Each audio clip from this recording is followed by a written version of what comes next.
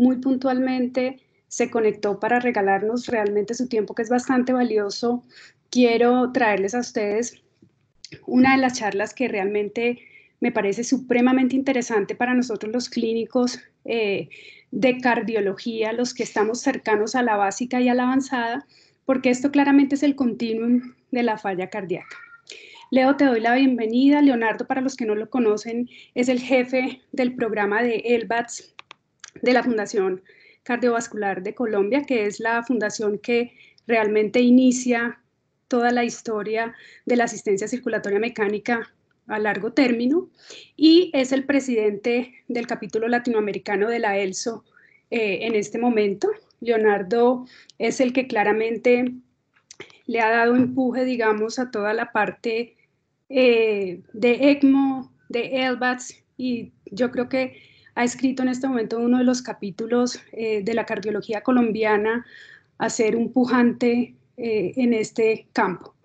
Esa es la presentación académica, que tiene millones de cosas más que no recuerdo, Leo, ya tú me corregirás ahorita, pero también al excelente ser humano que él representa, y pues para todos ustedes les comparto que es un gran amigo mío en el campo de la cardiología y que realmente nos brinda su tiempo en esta charla que tenemos para ustedes, asistencia circulatoria mecánica, ficción o realidad. Leo, bienvenido, te dejo con toda tu audiencia. Bueno, muchas gracias a María Juliana por la generosa presentación, y muchas gracias a ustedes por conectarse y participar. La intención o el propósito de esta presentación es mostrarles un poco los principios en los cuales basamos nuestras decisiones cuando hacemos soporte circulatorio mecánico, ¿sí? Cuáles son las preguntas que nos tratamos de responder y cómo tratamos de responderlas para tratar de comprender la situación de cada paciente y poder integrar la estrategia de soporte circulatorio mecánico cuando es necesaria, de manera oportuna y de manera adecuada. Hay una situación que todos experimentamos con el choque cardiogénico, que es esa sensación de que por más de que hacemos, la situación de choque cardiogénico no cambia significativamente, que las terapias que aplicamos y las estrategias que hacemos parecieran no ser muy efectivas, no han sido posible probarlas muchas veces en medicina basada en evidencia, y eso genera un poco de sensación de frustración, como si lo que nosotros estamos haciendo esto no fuera tan relevante en el desenlace de los pacientes. Yo creo que parte de ese problema es que los problemas que no entendemos, nosotros estamos a merced de los problemas que no podemos entender. Y el choque cardiogénico es un problema, digamos, muy diverso, muy heterogéneo, y que nosotros tenemos que buscar una comprensión de esa heterogeneidad para poder ofrecer una respuesta más apropiada a cada caso. Entonces voy a compartir mi pantalla. Siga. Disculpen, estoy esperando aquí mi batería. Ay, no me traje la batería del computador y está a punto de apagarse. Pero ya me la acaban. Por ahí por el micro. Gracias, Rosy. Voy a ver cómo se comparte.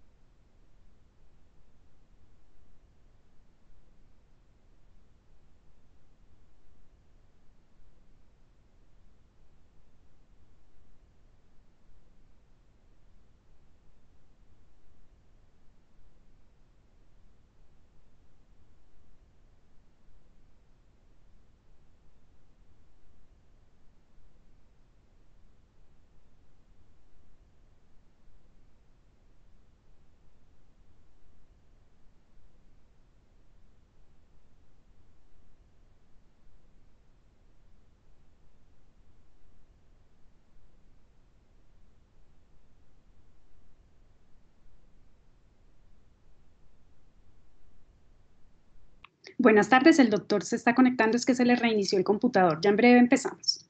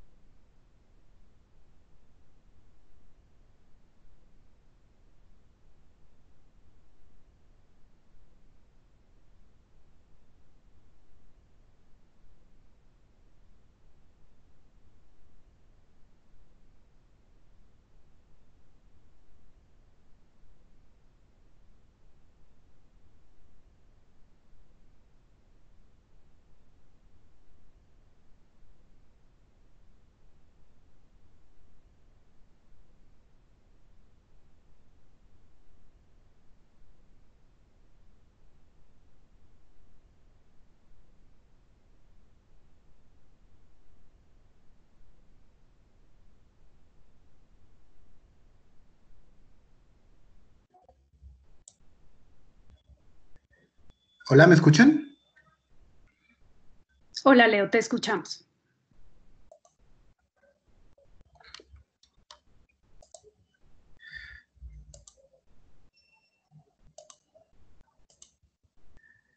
¿Me escuchan? Hola. Hola, María. Leo, ¿me escuchas? Hola. Sí, una Ya, contigo. listo. No te preocupes, tranquilo. Te estábamos esperando. Ay, ¿ya están ahí conectados todos? Sí. Ya todos están conectados. Ay, les pido disculpas, es que bien lo decía Morphy. Bueno, voy a compartir aquí pantalla. ¿Están viendo la pantalla? ¿Un whiteboard? No, todavía no. No. Venga, a ver, miramos cómo se... Ah, ya la está compartiendo.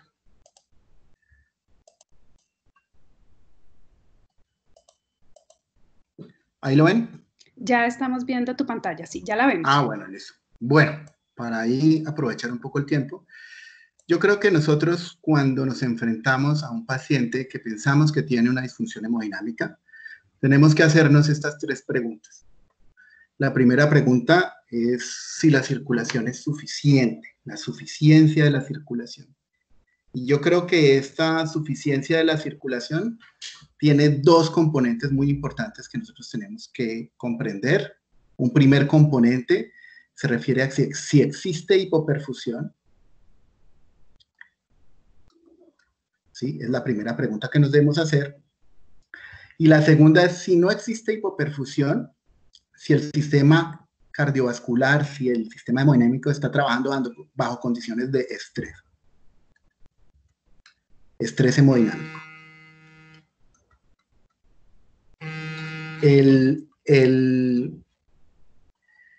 soporte circulatorio mecánico es una alternativa de tratamiento cuando existen estas condiciones y no somos capaces de revertirlas con manejo. ¿Sí? Cuando tenemos cualquiera de estas dos condiciones, cuando tenemos una hipoperfusión refractaria y no tenemos la posibilidad de revertir ese estado de hipoperfusión, Entonces, ahí aparece el soporte circulatorio mecánico. En los estados de hipoperfusión, el soporte circulatorio mecánico que utilizamos es un soporte circulatorio mecánico agudo, ¿sí? Que es, por ejemplo, el ECMO, el Impella, el balón de contrapulsación aórtico. Cuando no hay un estado de hipoperfusión, pero tenemos un paciente que está continuamente en condición basal bajo estrés hemodinámico, o sea, su sistema cardiovascular, para poder mantener un estado de perfusión adecuada, tiene que trabajar bajo condiciones por fuera de sus parámetros normales, bajo condiciones de estrés. Y nosotros no podemos médicamente resolver esas condiciones de estrés. Aquí es donde aparecen habitualmente las indicaciones de reemplazo cardíaco y el soporte circulatorio mecánico de largo término. Entonces, una pregunta importante para resolver es la suficiencia de la circulación. Hay un problema, digamos, serio con estas definiciones clínicas, ¿sí? Por ejemplo, con la definición clínica del choque cardiogénico, y es que nosotros pensamos en el choque cardiogénico como un evento, ¿sí? Siempre hemos hecho definiciones pensando que es un evento que está presente o ausente, ¿sí? Como una cosa que es un sí o un no, sin matices.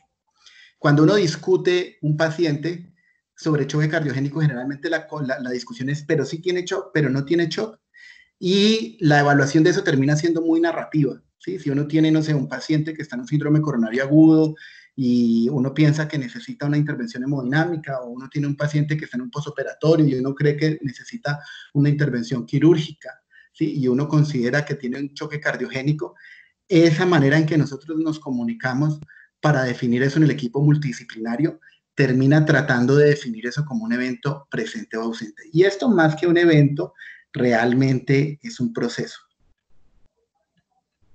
Es un proceso que tiene una variabilidad muy grande, que es muy heterogéneo, ¿sí?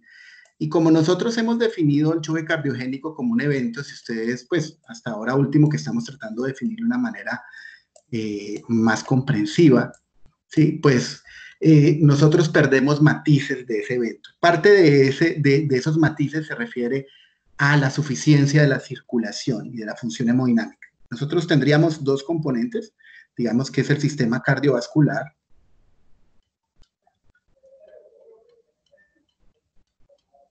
y tenemos aquí los tejidos, los órganos,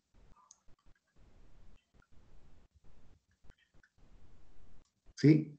Y el sistema cardiovascular, pues, genera este trabajo, el volumen sistólico realmente que se convierte en gasto cardíaco para las necesidades de esos tejidos. Y estas necesidades no son en todos los pacientes las mismas, ni son en todos los pacientes constantes, ¿sí? Entonces nosotros podemos entrar en una hipoperfusión. El fenómeno de insuficiencia de la circulación se expresa, es aquí, en nuestra función orgánica. Aquí es donde ocurren las consecuencias de la hipoperfusión, ¿sí? No son en el sistema cardiovascular por sí mismo, es en la función de los órganos. Entonces, cuando un paciente está hipoperfundido, cuando el índice cardíaco es menor de 2.2, ¿sí? O está hipoperfundido cuando el índice cardíaco es menor de 1.8. Esto es bastante variable y depende sobre todo de las necesidades que tengamos acá y de la adaptación que tengamos acá, ¿sí? Nosotros podemos tener pacientes que tengan signos evidentes de hipoperfusión a pesar de que el gasto cardíaco, por ejemplo, sea 8 litros, y eso lo vemos en los pacientes sépticos, ¿sí? Y el sistema cardiovascular está produciendo un volumen sistólico apropiado de 90 mililitros por latido, ¿sí? Y está haciendo un gasto cardíaco de 8 litros con una frecuencia cardíaca de 90 por minuto, y este paciente en una condición séptica está hipoperfundido, ¿sí? Ahora, esa hipoperfusión no está generada en una disfunción del sistema cardiovascular, está generada en un problema que está ocurriendo en los tejidos. Ahora, nosotros también, y lo vemos mucho en falla cardíaca, tenemos pacientes de falla cardíaca crónica que llegan con un índice cardíaco de 1.6, que vienen al laboratorio de hemodinamia de manera ambulatoria a hacerse un cateterismo derecho y le encuentran un índice cardíaco de 1.6 y le encuentran una saturación venosa de 50% y no vemos ningún signo clínico de hipoperfusión. Entonces, cuando nosotros queremos saber si un paciente está hipoperfundido, estas cifras crudas, ¿sí? estas cifras crudas no son suficientes, ¿sí? Nosotros podemos tener pacientes que estén en una condición mixta con un problema cardiovascular y un problema sistémico y que, por ejemplo, requieran un gasto cardíaco de un índice cardíaco de 3 y están haciendo solamente un índice cardíaco de 2,2 y con un índice cardíaco de 2,2 están hipoperfundidos. Entonces, un criterio importante es saber hasta dónde el problema está en el sistema cardiovascular, ¿sí? Porque si nosotros tenemos también un problema acá, pues vamos a necesitar un tratamiento acá. ¿Qué nos define que el problema de hipoperfusión tiene un componente en el sistema cardiovascular? ¿Sí? ¿Cuál es digamos, yo creo que un punto clave que define si el sistema cardiovascular está siendo insuficiente? Y es la disminución del volumen sistólico.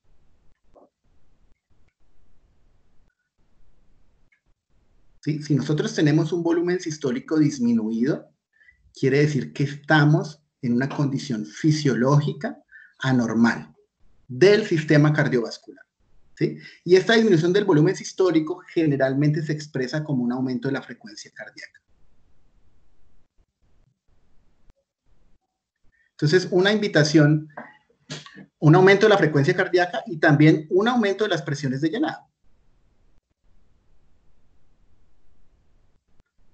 Es que cuando evaluemos pacientes que pensamos que tienen una disfunción que tiene una disfunción hemodinámica, vayamos más allá de estas mediciones de gasto cardíaco, o vayamos más allá de las mediciones ecocardiográficas o hemodinámicas, y veamos si la fisiología cardiovascular está siendo suficiente y si la fisiología cardiovascular está trabajando en condiciones de estrés.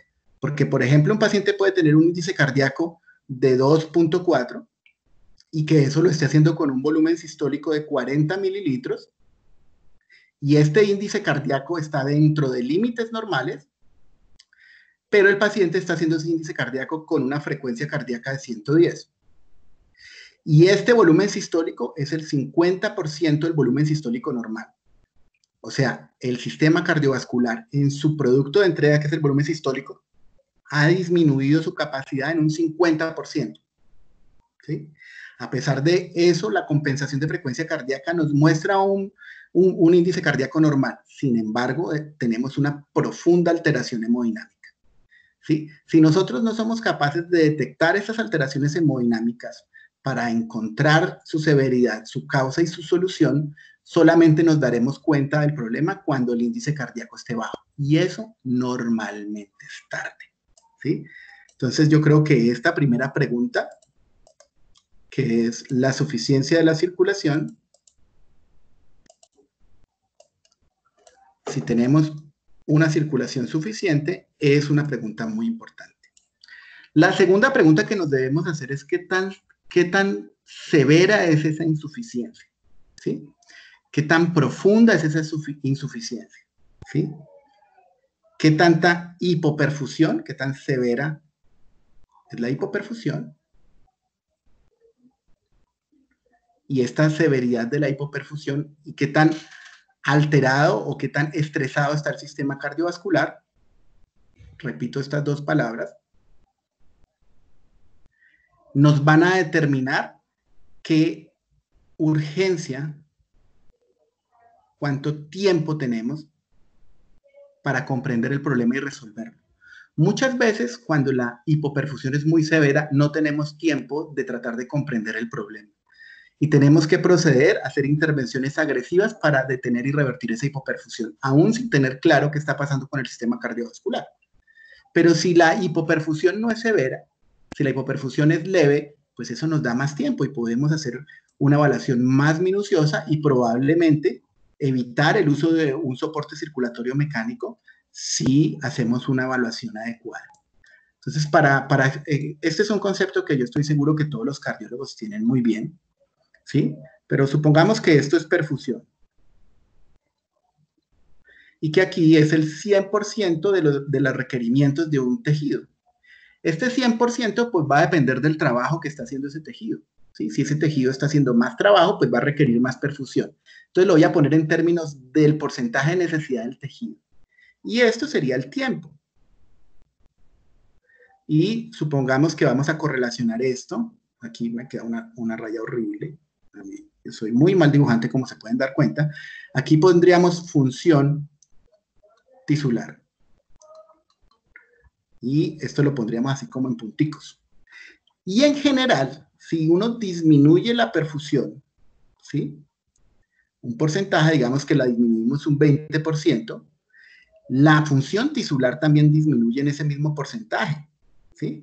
Y eso los cardiólogos lo conocen muy bien de las evaluaciones de isquemia, ¿sí? Cuando se hacen evaluaciones de isquemia, lo que se busca son las repercusiones en la función tisular de la disminución de la perfusión con respecto a las necesidades del tejido, ¿sí? Entonces vemos que cuando se hace un ecoestrés de butamina, si disminuye la perfusión un 20%, pues un porcentaje similar va a disminuir la función de contracción de ese músculo, ¿sí? Y también en un porcentaje similar va a disminuir la función de estabilidad y gestión del potencial de acción cardíaco, ¿sí? Entonces, esta hipoperfusión, este mecanismo adaptativo de disminuir el trabajo de los tejidos cuando disminuye la perfusión es un mecanismo de protección que reserva energía para las funciones vitales, ¿sí? Acoplando el trabajo a la energía disponible, ¿sí? Es un mecanismo de defensa que conocemos muy bien en el corazón como aturdimiento.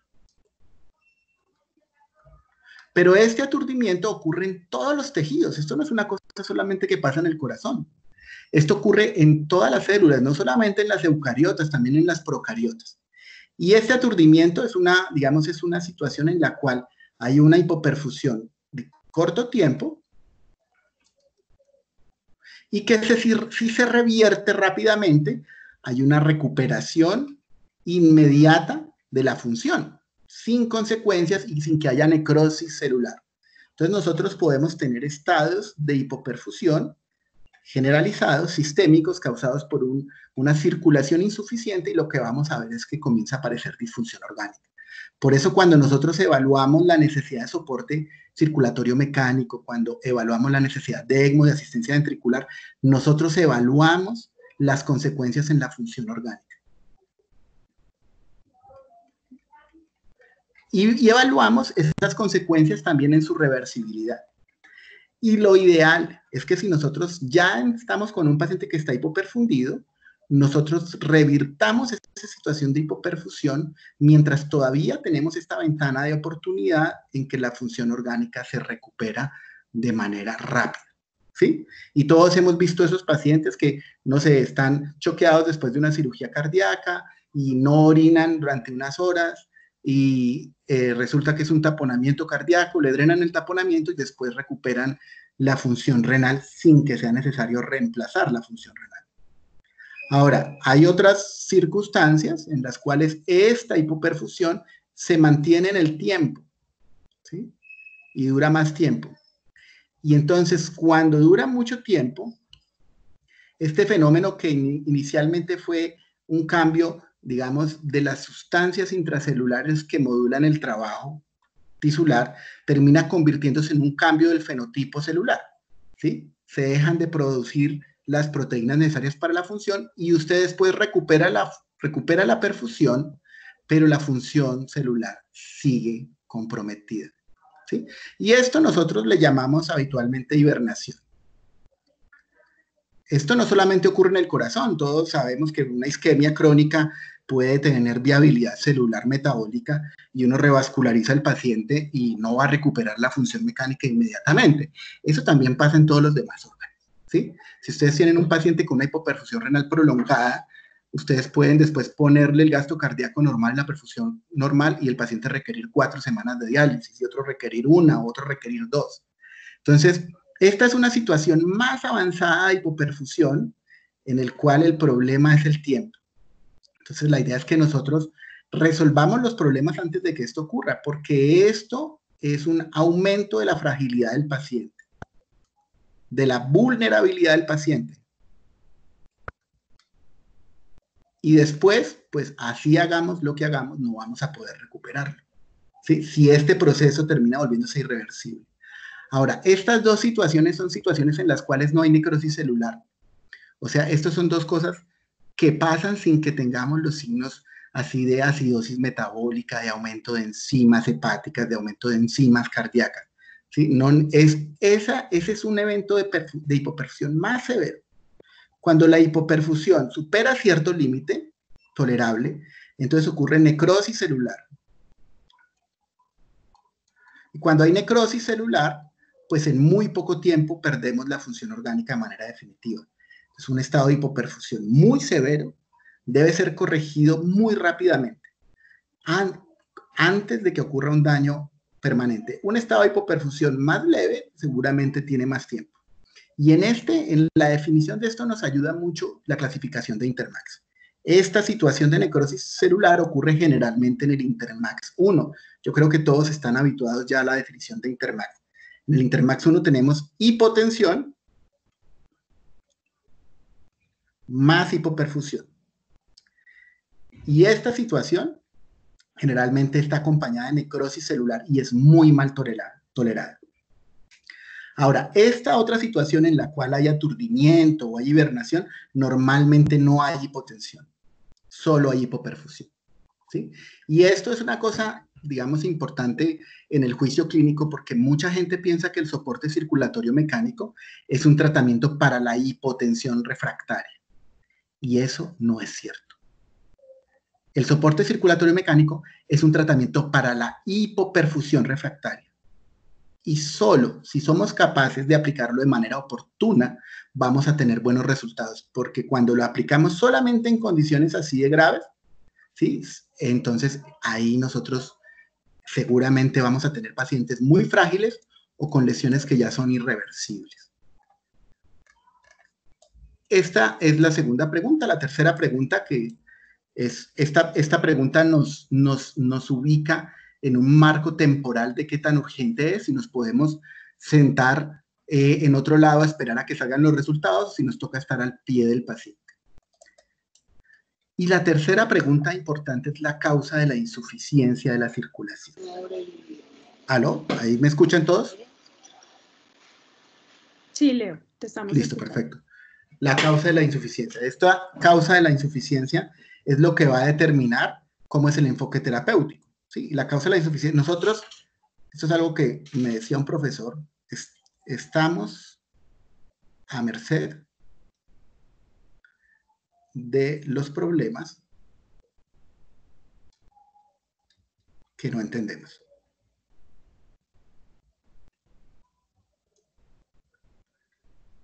La disfunción hemodinámica es muy heterogénea, ¿sí? Y eso lo conocen en los estadios menos severos de disfunción hemodinámica, como en la falla cardíaca, en sus estadios, digamos, iniciales, cuando no es una falla cardíaca avanzada, ¿sí? Nosotros tenemos fallas cardíacas con fracción de eyección normal, tenemos fallas cardíacas con fracción de eyección disminuida, tenemos fallas cardíacas por múltiples causas, ¿sí? Cada una de esas tiene múltiples causas, y cada causa de esas tiene mecanismos compensatorios que son adecuados o que son inadecuados, o cosas que son reversibles o cosas que son irreversibles.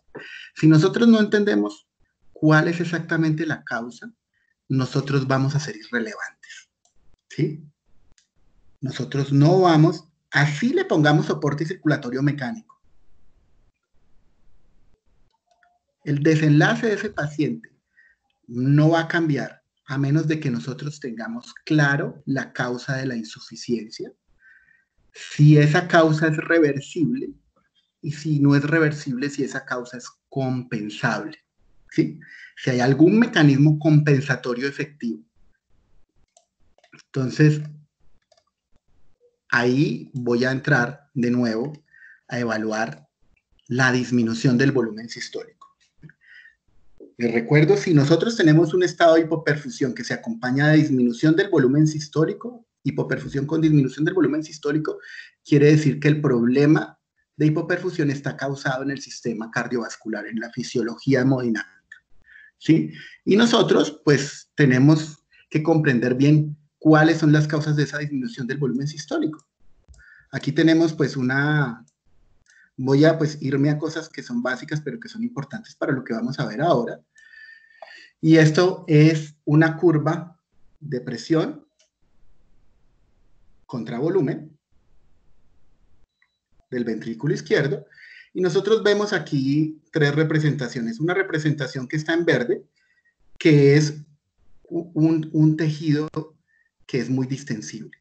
Lo que hace el corazón es cambiar cíclicamente sus propiedades mecánicas, pasando por un punto en el cual es extremadamente distensible y blando, que tiene muy poca dureza y que está representado en esta línea verde, donde vemos un gran cambio de volumen con un pequeño cambio de presión. Y esto es cuando el corazón está máximamente relajado, ¿sí? Ahora, el corazón no permanece nunca en este punto a menos de que nosotros pongamos una cardioplegia. El corazón está cambiando de manera continua y cíclica sus propiedades mecánicas y desde este punto de máxima relajación comienza a endurecerse, ¿sí? Aquí vemos cómo va aumentando su dureza. Esto puede ser en el ciclo cardíaco cuando el corazón abre la válvula aórtica, este estado de dureza. Aquí vemos que necesita más cambio de presión y hace menos cambio de volumen hasta que alcanza una máxima dureza, ¿sí? Que están representadas aquí por la máxima de la estancia ventricular sistólica, ¿sí? Aquí es lo más duro que se pone un corazón y después el corazón vuelve y se ablanda. Y eso es lo que hace cíclicamente el corazón. La capacidad de un corazón para hacer trabajo está determinada por qué tan lejos están estas dos líneas, ¿sí? ¿Qué tan lejos están estas dos líneas? Un corazón que estas líneas se acercan disminuye su capacidad para hacer trabajo. Y puede disminuirlo porque disminuye su capacidad para endurecerse, y en ese caso pues esta línea va a estar más acostada, o puede también disminuir esta distancia y esa capacidad porque no se ablande bien. Y eso sería una disfunción diastólica, y esto sería una disfunción sistólica. Normalmente, de alguna manera están combinadas las dos, habiendo un predominio de una de las dos. Todos reconocemos que esta propiedad mecánica, esta capacidad del corazón de cambiar su dureza de manera cíclica, se convierte en un trabajo efectivo gracias a las válvulas unidireccionales, sigmoideas y auriculoventriculares, que generan esto que es pues, el material de trabajo de fisiología cardiovascular de todo, que todos conocemos, ¿sí? La curva de función ventricular, donde tenemos el volumen de fin de diástole, el volumen de fin de sístole, el volumen sistólico, aquí en este caso 90 mililitros, ¿sí? Que corresponden aproximadamente al 60% del volumen de fin de diástole, eso es la fracción de eyección.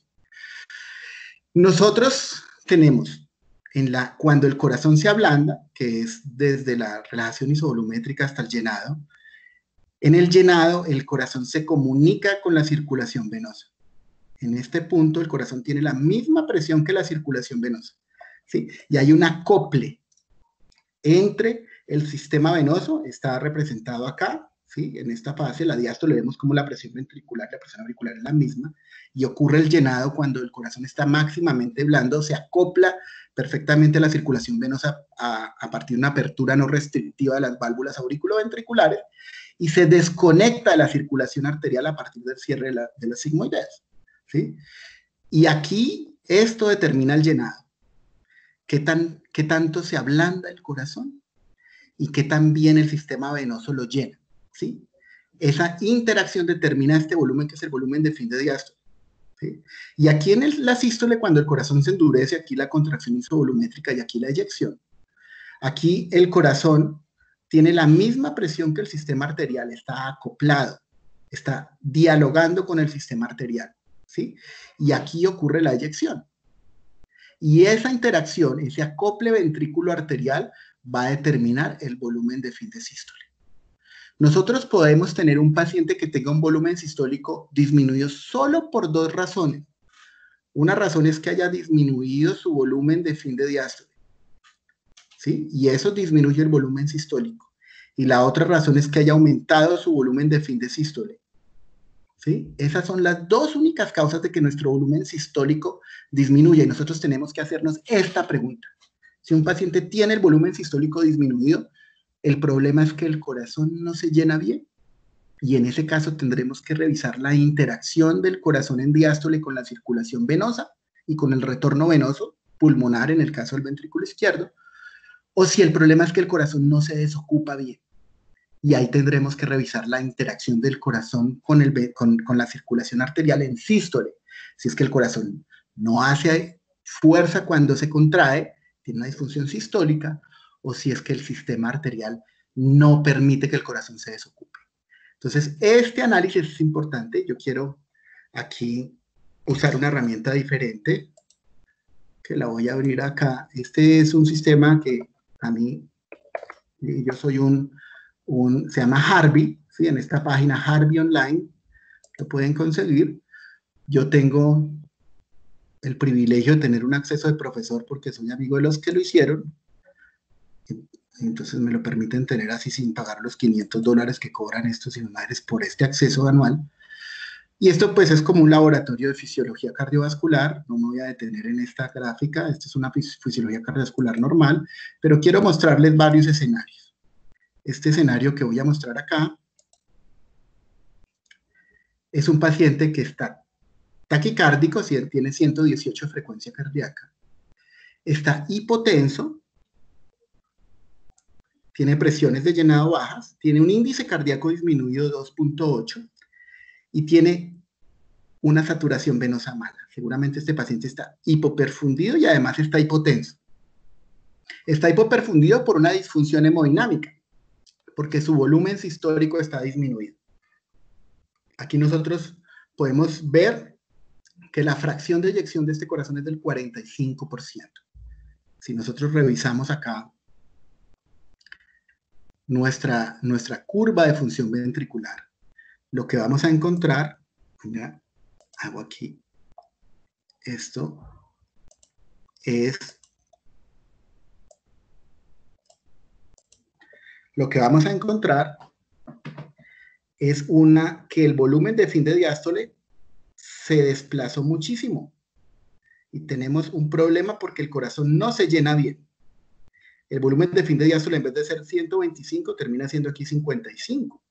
Y a pesar de que la fracción de eyección es del 45%, el volumen sistólico en este caso es como 30 mililitros. 30 mililitros es una tercera parte del volumen sistólico normal. Y por eso necesita 110, 120 de frecuencia, e inclusive subiendo la frecuencia al doble de lo normal, el gasto cardíaco escasamente llega a menos del límite inferior de la normalidad y por eso está hipoperfundido. ¿Sí?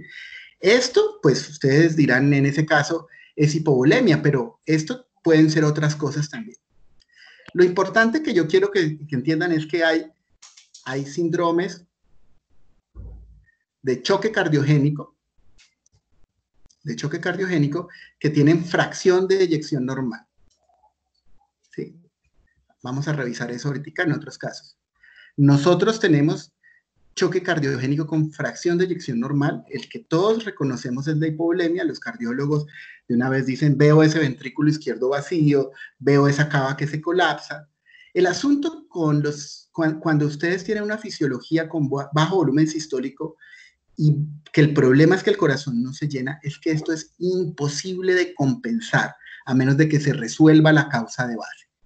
Si ustedes cogen este paciente y le aumentan la fracción de eyección, poniéndole, por ejemplo, contractilidad, ¿sí? Pues realmente aumentan de 30 a 35 mililitros.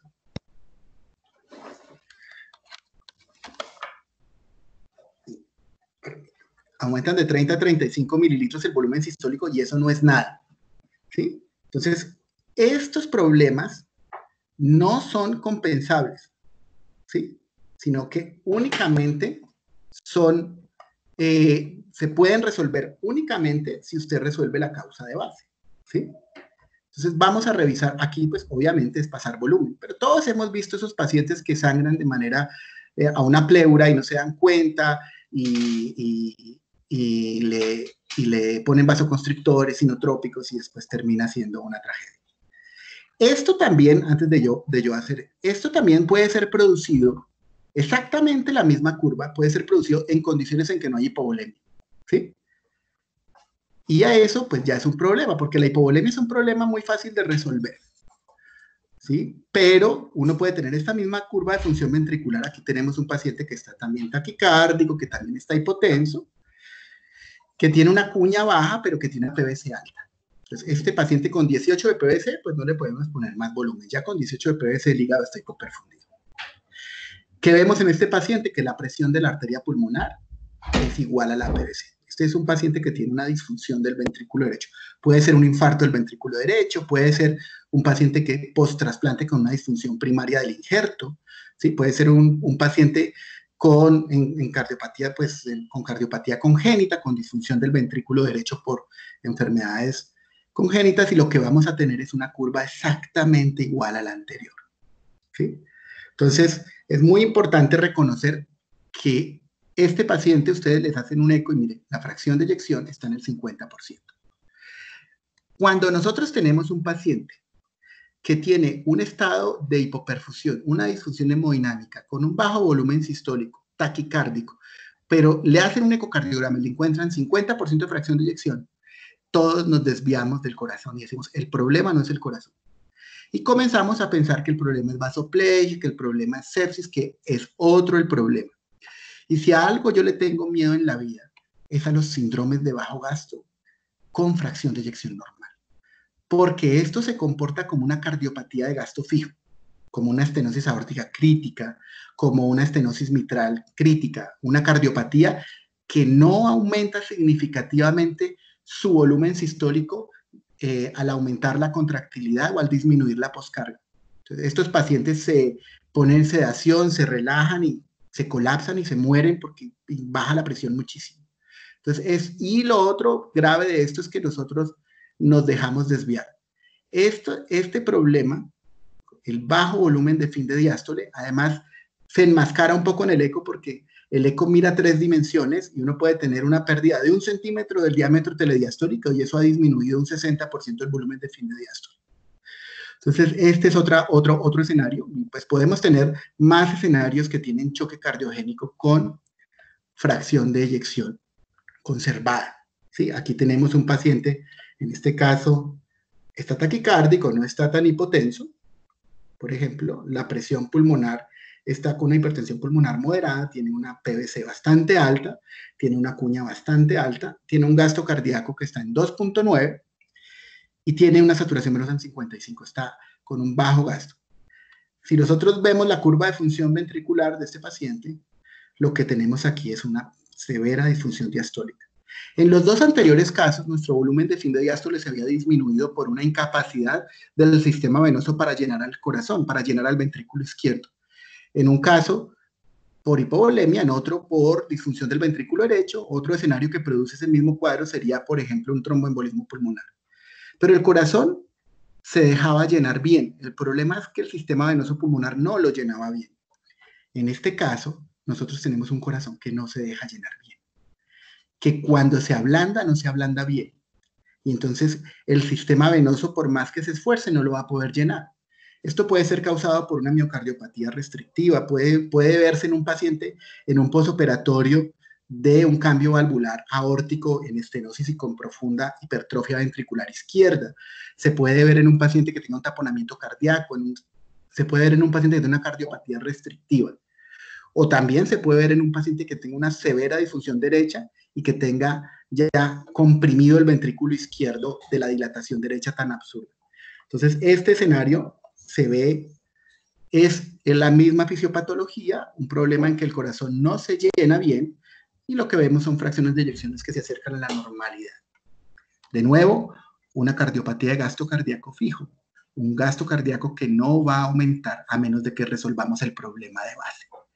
Estas cardiopatías que les cuento son problemas que hacen choque cardiogénico y que no se pueden compensar a menos de que resolvamos el problema de base, y si no lo podemos resolver, requieren de manera urgente soporte circulatorio mecánico. Sí, generalmente ECMO, y toleran muy bien el ECMO porque el corazón se defiende bien del aumento de la poscarga del ECMO, porque el problema no es el corazón para desocuparse, entonces no se va a dilatar, ¿sí? El problema es el corazón para llenarse, ¿sí? Entonces estos son pacientes a los que les tengo yo mucho temor porque nos despistan, pero que realmente son con frecuencia candidatos para soporte circulatorio mecánico, que nos terminamos metiendo en soporte circulatorio mecánico a veces muy tarde porque la fracción de eyección normal despista de que el problema no es el corazón. Existen otro tipo el otro extremo, ¿sí? La otra mitad del problema es, por ejemplo, este caso es paciente taquicárdico, con una presión arterial que está dentro de límites normales en el límite inferior de la normalidad, que tiene una presión pulmonar pues leve a moderadamente aumentada, una PVC normal, un gasto cardíaco en el límite inferior de la normalidad con una saturación venosa baja y una cuña alta. Este es un paciente que tendría esta función, ¿sí? Vemos que el volumen sistólico en verde el normal, que es 90, aquí vemos un volumen sistólico de 40 mililitros. Fíjense que este paciente, si le hacemos un índice cardíaco, probablemente nos dé 2.2. ¿Sí? Es decir, si no es un paciente muy grande, probablemente nos dé 2.2. Y nosotros digamos, bueno, no está tan malo. Pero fíjense la diferencia entre el volumen sistólico normal y el que tiene este paciente. Este paciente tiene una profunda alteración de la fisiología cardiovascular. Y lo que tiene es una disminución de la contractilidad. Esto puede ser un paciente isquémico, y seguramente si es un paciente isquémico o un paciente con una miocarditis, aunque las miocarditis hacen también mucha disfunción diastólica. Pero lo otro que podemos decir es que es un paciente agudo. Fíjense que no ha habido remodelación miocárdica. ¿Sí? Que la curva de función diastólica es igual, que el volumen de fin de diástole no está aumentado. Este es un paciente que tiene 23% de fracción de eyección, pero con 23% de fracción de eyección ya tiene un choque muy importante. Los pacientes agudos no tienen mecanismos de adaptación instaurados, entonces son pacientes que desarrollan disfunción orgánica fácilmente y que hacen choques profundos con fracciones de eyección que son bajas, pero pues no necesariamente tan bajas como uno se imagina en un choque tan profundo. ¿Por qué? Porque como el ventrículo es de tamaño normal, no han podido adaptarse.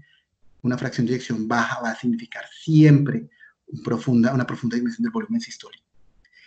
Estos pacientes que tienen disminución de la contractilidad, los problemas hemodinámicos, cuya fisiopatología es una dificultad del corazón para desocuparse y que aumentan el volumen de fin de sístole, son cardiopatías que sí son compensables. O sea, así yo no aumente la contractilidad.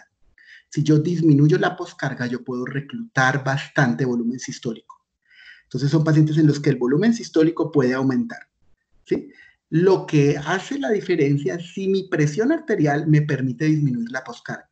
Entonces, en estos pacientes lo que define si requieren o no soporte circulatorio mecánico es si la presión arterial me permite disminuir la poscarga o si puedo reclutar de nuevo la contractilidad perdida. Si esto es, por ejemplo, un isquémico y lo revascularizo, pues recluto contractilidad.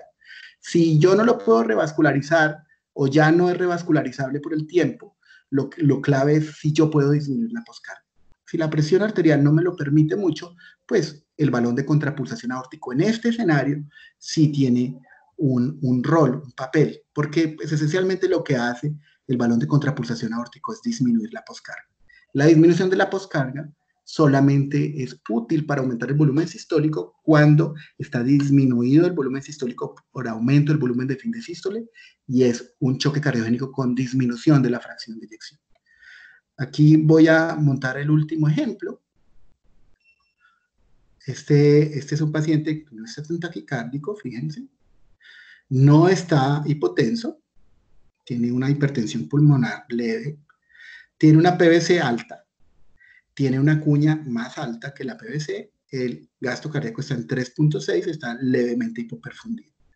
¿Sí? Si nosotros vemos la curva de función ventricular de este paciente, escalemos esto, está por fuera, vemos que la fracción de eyección es del 18%, es más pequeña la fracción de eyección que el paciente anterior. Sin embargo, esta fracción de eyección más pequeña es capaz de producir un mejor gasto cardíaco sin requerir tanta frecuencia cardíaca. ¿Y por qué es capaz de hacer eso? Porque este corazón está adaptado, se remodeló. ¿Sí? Y ustedes ven cómo la curva de función diastólica permite volúmenes de fin de diástole mucho más altos. Este es un ventrículo izquierdo dilatado, es una cardiopatía crónica. La adaptación de la cardiopatía crónica es la remodelación. La remodelación permite que hagamos buenos volúmenes históricos con fracciones de eyecciones que no son tan altas. Por eso vemos pacientes crónicos llegar con 15% de fracción de eyección a la consulta y estar bien perfundidos. Entonces, aquí también la clave es si podemos disminuir la poscarga. Y probablemente con esta presión arterial podamos disminuir la poscarga. Estos pacientes responden muy bien si tienen presión arterial dentro de límites normales a la disminución de la poscarga. Por eso, el tratamiento de falla cardíaca crónica solamente ha sido muy efectivo en los pacientes que tienen fracción de eyección disminuida, porque la fracción de eyección disminuida es una fisiopatología que así no se corrija el mecanismo de base, puede aumentar el volumen sistólico. Entonces, estas dos, y aquí ya vuelvo a mi presentación, volvemos acá. La siguiente pregunta ¿es posible subir el gasto cardíaco? ¿Es posible subir el gasto cardíaco? Y aquí, pues, nos tenemos que hacer aquí ya creo que ya se me dañó este aparatico. Vamos a ver si funciona bien. No.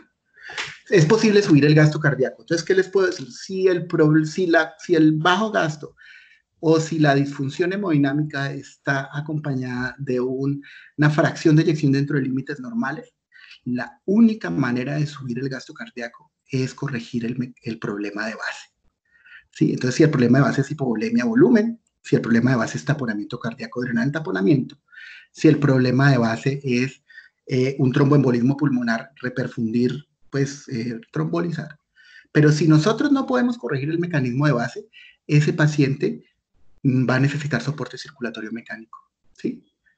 Si el paciente tiene una disfunción hemodinámica causada por una disminución del volumen sistólico por disminución de la fracción de eyección, ese paciente, pues también tenemos que ver si el problema es recuperable, compensable, esencialmente la cardiopatía isquémica o las inflamatorias, o si eso no es compensable, si no se puede resolver la causa, reclutar contractilidad, entonces lo que tenemos que ver es si podemos disminuir la poscarga.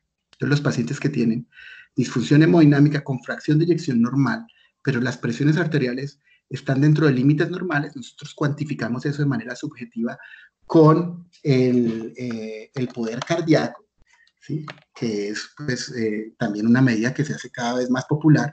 Si tienen un poder cardíaco que esté por encima de 0.55 vatios, esos pacientes se pueden compensar. Si no se pueden compensar, entonces tenemos que pensar en soporte circulatorio mecánico.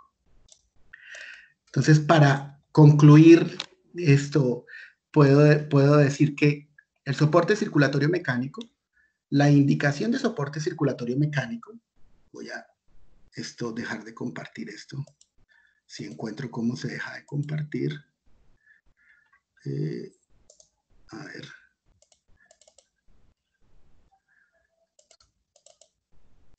Ay, no voy a encontrar cómo. Pero bueno, lo que les quería decir es, el soporte circulatorio mecánico es una herramienta que se debe usar no cuando hay hipotensión refractaria, sino cuando hay hipoperfusión refractaria y uno encuentra que la causa no es reversible o no es compensable. O sea, cuando no es posible subir el gasto cardíaco y el paciente está hipoperfundido, tenemos que poner soporte circulatorio mecánico agudo. Si nosotros sí podemos subir el gasto cardíaco con alguna intervención, pues tenemos que hacerlo, pero si no, tenemos que poner soporte circulatorio mecánico en el momento en que nos damos cuenta que el problema no es compensable.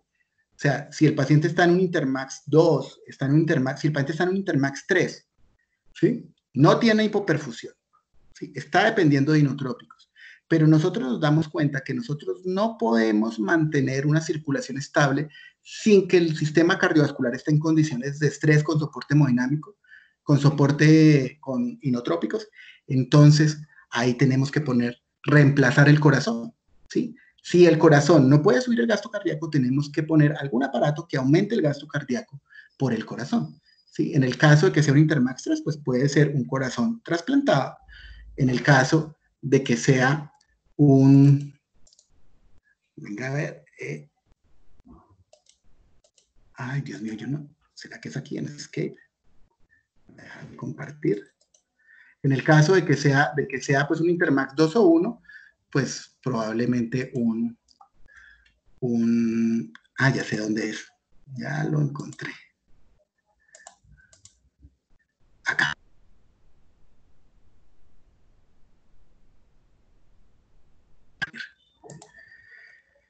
En el caso de que sea una situación de hipoperfusión, entonces seguramente un soporte circulatorio mecánico temporal, como un ECMO o un Impella.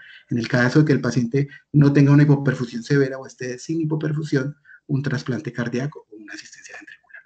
Entonces, pues eso era lo que había preparado. No sé si corresponde a lo que María Juliana tenía como expectativa, pero pues yo creo que es muy importante enriquecer el análisis de este paciente con una comprensión más profunda de la fisiología para que nosotros demos en el clavo y podamos hacer un tratamiento de lo que está bien. Como decía mi abuelo, lo importante no es rascar mucho, sino rascar donde pica. Entonces, no sé si tengan preguntas o quieran hacer algún Leo, aporte. Leo, muchísimas gracias por esa presentación. A mí me encanta, me encantan tus presentaciones porque es que si no partimos de la fisiología no entendemos por qué utilizamos en algunos escenarios diferentes tipos de asistencia. Voy a empezar con el doctor Héctor Medina que tiene una palabra, que tiene una pregunta, Leo. El doctor Héctor Medina. Buenas tardes a todos. Gracias, María Juliana, por coordinar estas charlas que han sido muy enriquecedoras y gracias, doctor Salazar, por su presentación. Sí, como dice María Juliana, es como muy pegada a la fisiología y lo acuerda uno pues de las clases que a todos de una u otra forma nos enamoraron de esto. Le hago una pregunta más que con respecto al caso en particular, con respecto a la logística en una...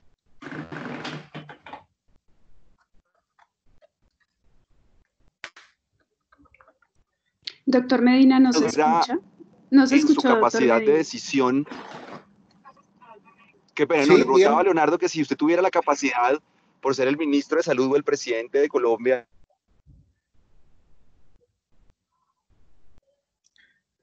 El doctor Medina en pierde el una ciudad sonido de 9 justo. millones de habitantes,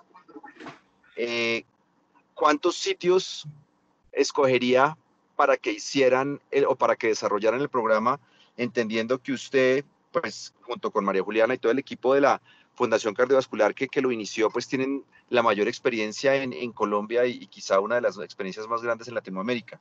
¿Cuántos sitios en Bogotá escogería y cuáles serían las características de esos hospitales que tendrían que tener para poder desarrollar exitosamente el programa? Nuevamente, gracias, doctor Salazar, y gracias, María Juliana, por organizar la charla. Pues yo creo que hay un déficit importante de grupos que estén en capacidad de implementar soporte circulatorio mecánico de manera exitosa. Eso es todavía muy escaso en nuestro medio, ¿sí? Y pues yo no creo que sea limitarlo a un número, sino más bien a los grupos que sean de alguna manera dignos de esa responsabilidad o competentes para asumir esa responsabilidad. Porque el soporte circulatorio mecánico es una herramienta costosa, ¿sí? Es una herramienta que tiene un potencial muy grande de conducir, por ejemplo, a distancia. Tiene un potencial muy grande de generar daño, no solamente de generar costos, sino de generar daño, ¿sí? Y para poderlo implementar se requiere equipos multidisciplinarios que son, digamos, más integrados que lo que estamos acostumbrados a tener.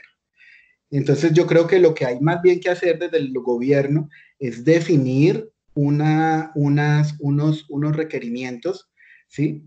Que den garantía de que el centro que hace el soporte circulatorio mecánico es digno de hacer un manejo de esa herramienta escasa y costosa en un ambiente, en un medio en el cual hay escasez de recursos, ¿sí? Entonces yo creo que más que un número es como que hubiera unos criterios, es decir, bueno, debe tener y esos criterios más que de aparatos o de hojas de vida de las personas que están trabajando allá, se refieren al proceso de trabajo integrado. O sea, grupos que tengan un proceso de calidad, que tengan un grupo de un hard team que haga reuniones, que haga actas de esas reuniones, que genere protocolos, que se documente que estudian los pacientes interdisciplinariamente. Es una cuestión que no es tanto de los equipos ni tampoco de las hojas de vida de los que están ahí, sino de la capacidad de trabajar en equipo que, aunque parece más simple que los equipos, en realidad es más difícil. Yo creo que centros que están en ese camino, pues en Colombia está Cardio Infantil, está la Clínica Chayo, está Cardiovida en Medellín, seguramente Valle de Lili, probablemente hayan algunos más, pero pues no es tampoco el nombre y el prestigio, sino la capacidad de desarrollar un hard team, el compromiso entre miembros de diferentes disciplinas, con humildad, con paciencia, con tolerancia, ¿sí? Con tolerancia a la frustración, ¿sí? Se comprometan a trabajar de manera conjunta para resolver con el apoyo de todos estos problemas tan graves con herramientas que son complejas y costosas. Leo, yo tengo una pregunta. Teniendo en cuenta los escenarios que tú nos mostraste con el Harvey, escenarios agudos crónicos en los cuales en algunos hay mecanismos de adaptación previo que permiten de una u otra manera sobrellevar ese volumen de fin de sístole, ¿tú crees que el balón de contrapulsación vaya a morir en algún momento, teniendo en cuenta que la evidencia ha sido bastante difícil con el balón de contrapulsación por los escenarios? ¿Y crees que de pronto vayamos en algún momento a pasar solamente al Impela y a otros, a los que siguen con más variable hemodinámica? Yo creo que lamentablemente la medicina basada en la evidencia es una herramienta que tiene límites, ¿sí? Para ayudarnos a tomar decisiones, y esos límites se refieren a la complejidad de los problemas. En problemas muy complejos, la medicina basada en evidencia tiene límites, y yo creo que nosotros no hemos sido capaces de encontrar evidencia de que sirva el balón o que sirvan otras cosas, ¿sí? En parte porque nosotros hacemos una definición categórica como un evento ausente o presente a fisiologías tan diversas, ¿sí? Entonces yo creo que en realidad en ese momento el análisis fisiopatológico nos da más herramientas para tratar a estos pacientes que la medicina basada en evidencia, ¿sí? Eso que les mostré, pues es obviamente una cosa muy resumida, pero esa, o sea, la fisiopatología de una estenosis mitral o la fisiopatología de una disfunción diastólica severa, que es por diástole activa o pasiva, pues la fisiología es muy extensa. Y lamentablemente la medicina basada en evidencia se ha convertido como en algo casi religioso, con todo respeto y el cariño que les tengo, principalmente en la cardiología, ¿sí? Y y lo que no tiene evidencia o es inútil o es dañino, ¿sí? Y en problemas tan complejos es imposible generar evidencia si uno no entiende el problema bien. Sí, eso es como si uno generara, no sé, psicología basada en evidencia para que no le pongan a uno los cachos. Esos son problemas muy complejos. Esto también es un problema muy complejo. Todos hemos visto, a pesar de lo que diga la evidencia, pacientes que el balón de contrapulsación aórtico ha hecho la diferencia, ¿sí? Tanto en falla cardíaca aguda isquémica como en falla cardíaca crónica, ¿sí? Descompensada, inclusive de etiologías no isquémicas. Entonces, yo, ¿qué creo? Desde el punto de vista fisiológico, el balón de contrapulsación aórtico es útil en en las fisiologías que son susceptibles de aumentar el volumen sistólico con la disminución de la poscarga, principalmente la disminución de la contractilidad del ventrículo izquierdo. Entonces, cuando nosotros tenemos disminución de la contractilidad del ventrículo izquierdo sin compromiso severo de la función del ventrículo derecho, un ventrículo derecho que es capaz de producir una buena presión pulmonar, ¿sí? Y el poder cardíaco o la presión arterial no están tan bajas, si la presión arterial está en una hipotensión leve o en el límite de la normalidad de la presión arterial, el balón de contrapulsación puede producir un significativo aumento del gasto cardíaco. Pero en otro tipo si uno tiene una disfunción biventricular severa, si uno tiene principalmente una falla derecha, si uno tiene un problema que es relacionado a la diástole, pues un balón de contrapulsación aórtico, o uno tiene un problema del ventrículo izquierdo, pero con un poder cardíaco muy bajo y una presión arterial muy baja, un balón de contrapulsación no va a servir. Entonces yo creo que el balón de contrapulsación no va a salir. Yo creo que el balón de contrapulsación se va a volver más popular, sobre todo en las cardiopatías, en la falla cardíaca crónica de baja fracción de eyección, que se descompensa agudamente, creo que es el mejor escenario para el balón. Y no, eso, y pues también creo que en la medida en que nosotros aceptemos humildemente que es un problema que no comprendemos bien, vamos a ir buscando herramientas para ayudar a los clínicos a tomar estas decisiones. Vale, Leo, me pregunta el doctor Carlos Ortiz, que tuvo que retirarse de la reunión, él es un cardiólogo que está con nosotros, que si crees que se puede medir el gasto cardíaco no invasivo con análisis de onda por pulsosimetría. Pues el análisis del contorno de la onda de pulso, ¿sí? Que eso pues se hace ya con presión arterial y también se hace con oximetría de pulso. Nosotros aquí en la fundación trajimos un aparato para eso, ¿sí? Con una patente que mide el contorno de la onda de pulso y estima el gasto cardíaco a partir de la oximetría de pulso. es bastante imprecisa. ¿Sí? La tesis mía de maestría fue acerca del análisis de eso. Y por ponérselos de manera más sencilla hay una función matemática, una fórmula matemática compleja que se llama función de transferencia, que correlacionaría la curva de onda de pulso con el volumen sistólico. ¿Sí? Y todos esos aparatos se basan en el supuesto de que esa fórmula matemática o la función de transferencia es estable en la población. O sea que un chiquito, un grande, una mujer, un hombre, una persona sana, una persona enferma, una persona séptica, una persona con hipovolemia, la función de transferencia que convierte esa curva en volumen sistólico y finalmente en gasto cardíaco es la misma. Y eso no es así. ¿Sí? O sea, ese aparato funciona muy bien en personas parecidas y sanas. Pero en personas, entre más enferma está la persona, la dispersión es más grande. Y el R, no sé, en cirugía cardíaca, el R cuadrado de eso es como 0,6, es bastante bajo. Y en mi tesis, que fue en cirugía cardíaca, yo encontré que la función de transferencia no era estable y que el 40 o 50% de los pacientes tenían una función de transferencia muy diferente, que hacía que eso completamente fuera. Entonces yo creo que si uno quiere evaluar hemodinámicamente un paciente que tiene un problema hemodinámico, necesita un catéter de Swan-Ganz. Porque el catéter de Swan-Ganz no te va a estimar el gasto cardíaco, te lo va a medir. Y además el catéter de Swan-Ganz te va a obtener dos datos que no pueden obtener, no sé, un PAICO o cualquiera otra de estas estrategias alternativas, que son la presión en la circulación pulmonar y la presión en la circulación venosa pulmonar. Y tú necesitas la presión venosa sistémica, la presión arterial sistémica, la presión venosa pulmonar y la presión arterial pulmonar para poder hacer un análisis de en qué lado del corazón es más problemático y cuál es para entender el problema y poder rascar de donde pica. Vale, Leo, muchísimas gracias, Leo. No veo aquí más preguntas, Leo, y siendo las 2:11 de la tarde, te agradezco enormemente el espacio que nos diste porque yo sé que estás muy, muy ocupado en la Fundación. En serio que millones de gracias por habernos acompañado en esta excelente presentación. Muchas gracias, de verdad. Bueno, muchas gracias, cuídense mucho y que estén muy bien. María Juliana, Dios te bendiga siempre. Bueno, tan bello, gracias. Y a ustedes Chao, también. chao. Hasta luego. Chao.